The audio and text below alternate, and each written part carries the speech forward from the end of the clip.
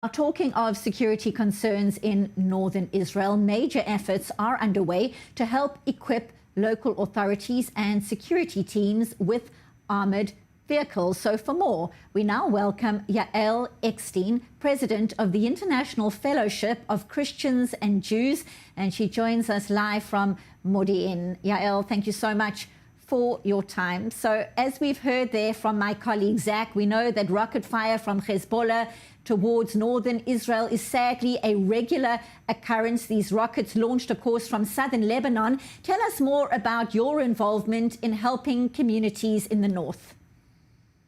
Well, it's critical now that during this time of relative quiet, we use the opportunity to get northern Israel prepared for anything that might come.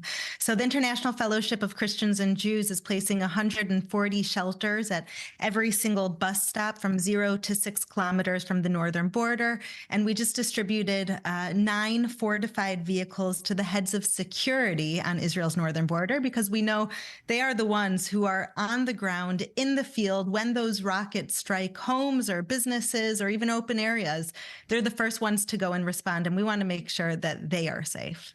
It certainly is a remarkable initiative. Talk to us about the donations that are coming through, the response from communities, how they are reacting to this war, especially from communities abroad, your sense of what's happening.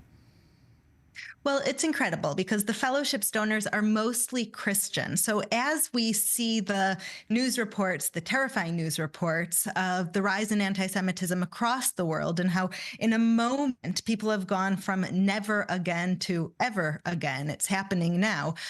What we're seeing at the International Fellowship of Christians and Jews is millions of Christians who stand with Israel, who are mobilizing now more than ever to have their voice heard, that they feel like it's not necessarily being heard or spoken by their governments or their representatives. And so they're turning largely to the International Fellowship of Christians and Jews, that through these tangible donations, they could raise their voice and say, the Jewish people will never be alone, not on our watch. It is remarkable indeed to have that level of support that you are describing right now. As you well know, there has been the evacuation of around 80,000 residents of these communities in the north. Some, of course, have chosen to remain behind for a range of reasons, including for security reasons. Talk to us about the response you're getting from these communities with these initiatives you're involved in. Well, we're really working with two different sets of the population from the northern border. One is those who have decided to remain behind. There are so many elderly in Kiryat Shmona, for example, that they say we would rather die in our homes than live as refugees.